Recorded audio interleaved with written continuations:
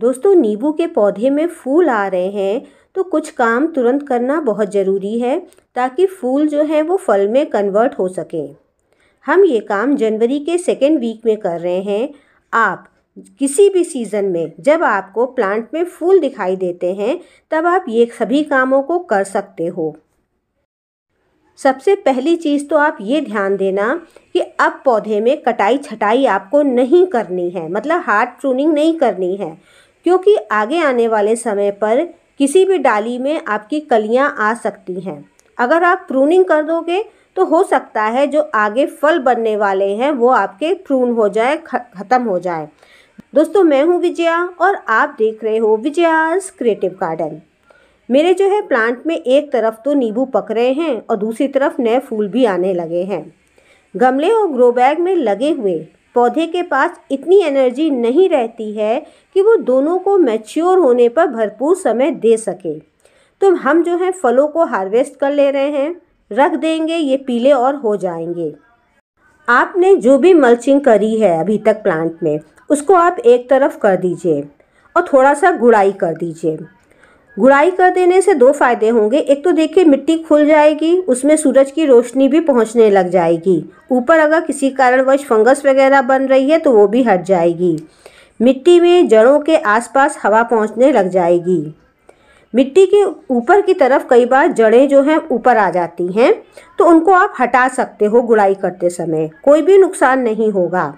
मिट्टी थोड़ी सी ढीली कर दें जिससे कि जड़ें भी नई पैदा होंगी और नई जड़ें पैदा होंगी तो प्लांट की ग्रोथ भी अच्छे से होगी। इसके बाद नेक्स्ट ज़रूरी काम दोस्तों ये है प्लांट में खाद देना। हम आपको कई सारे ऑप्शन बताएंगे, आपको जो सुटेबल लगे आप वो करना। हम यहाँ पर वर्मी कंपोस्ट यूज़ कर रहे हैं। आप जो है अपनी किचन कंपोस्ट भी यूज़ कर सकते हो। वर्मी कंपोस्ट या फिर किचन कंपोस्ट की मात्रा दोस्तों कितनी होगी ये डिपेंड करता है प्लांट के साइज़ के हिसाब से या उसकी एज के हिसाब से। अगर आपका प्लांट 5-6 साल पुराना है, देखिए नर्सरी से ख़रीदा है, ग्राफ्टेड है, कुछ भी है, थोड़ा सा अगर फ्रूटिंग वो कर रहा है लगातार, तो आप उसमें जो है ½ kg से ले करके 1 किलो तक आप जो है उसमें वर्मी कंपोस्ट या फिर कंपोस्ट डाल सकते हो। ये दोस्तों आपको साल में केवल 2 बार करना है, 6-6 महीने के अंतर में करिए। जनवरी में या फरवरी में कर रहे हैं तो उसके बाद आपको जुलाई में करने की ज़रूरत है, या फिर जब बारिश शुरू हो जाती तब आप कर सकते हो। वर्मी कंपोस्ट देने के बाद दोस्तों 10 डेज़ के बाद आप जो है प्लांट के साइज़ के हिसाब से 25 ग्राम से लेकर के 50 ग्राम तक बोन मिल और नीम की खली भी मिला करके दे सकते हैं। ये भी दोस्तों साल में केवल 2 बार करना है, जब आप वर्मी कंपोस्ट या कंपोस्ट डाल दीजिएगा उसके 6 महीने के अंतर में।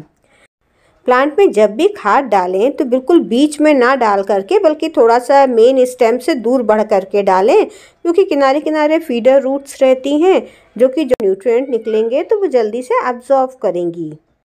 अगर आप बोन मिल यूज़ नहीं करना चाहते हो तो उसकी जगह आप रॉक फॉस्फेट भी यूज़ कर सकते हो। हम जो भी आपको फर्टिलाइज़र बता रहे हैं दोस्तों ये सभी स्लो रिलीजिंग फर्टिलाइज़र हैं। प्लांट जब फ्लावरिंग स्टेज में आता है तो आपको कोई भी बहुत तेज़ फर्टिलाइज़र नहीं डालना चाहिए जो इंस्टेंट असर करे, क्योंकि प्लांट को शॉक भी लग जाता है और कई बार जो है उसके फूल और कलियाँ जो होती हैं वो भी झड़ जाती हैं। ये जो स्लो रिलीजिंग फर्टिलाइज़र हैं इनका असर धीरे धीरे लंबे समय तक होता है और बार बार फर्टिलाइज़र डालने की ज़रूरत नहीं पड़ती है।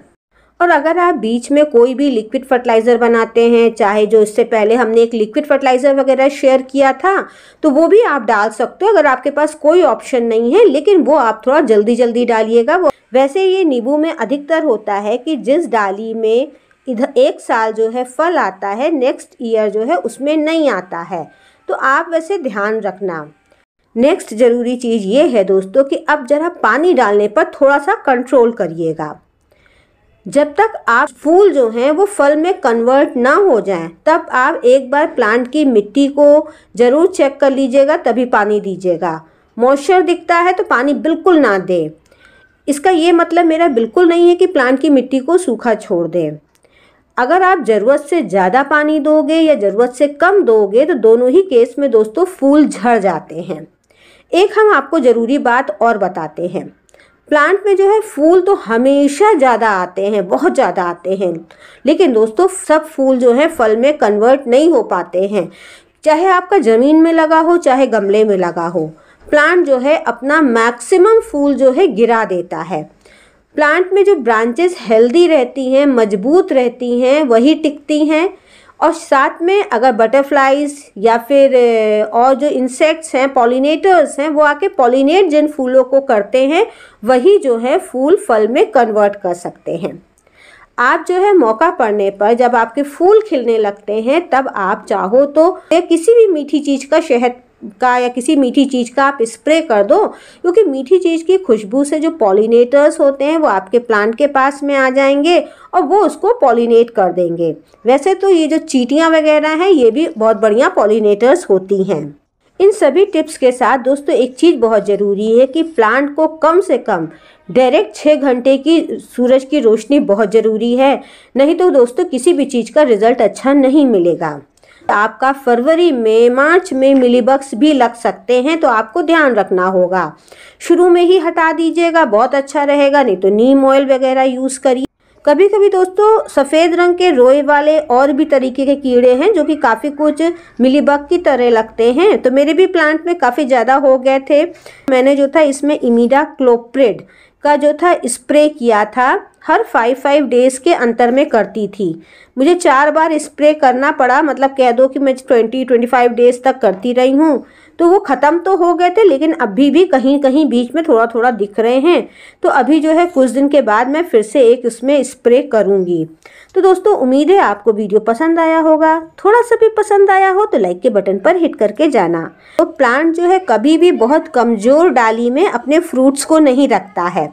कई बार जो होता है कई सारे फूल खिले होते हैं, उसमें से केवल 1 या 2 ही फ्रूट में कन्वर्ट होते हैं।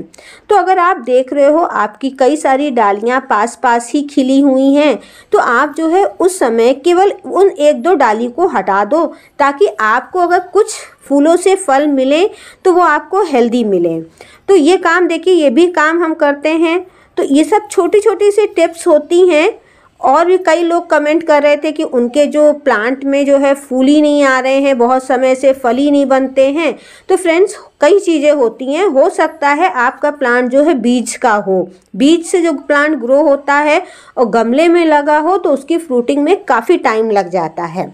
तो आप जो है नर्सरी से ऐसा प्लांट लो जिसमें कि आपको फल लगा दिखाई दे रहा है, उसको लेकर के आप गमले में लगाइए। एकदम से बड़े गमले में मत लगाना, उसको जो है आप 2 साल 3 साल बाद उसकी रिपोर्टिंग करके उसके गमले का साइज़ बढ़ाते रहिएगा। फिर मिलते हैं किसी नए वीडियो के साथ, तब तक के लिए गुड बाय।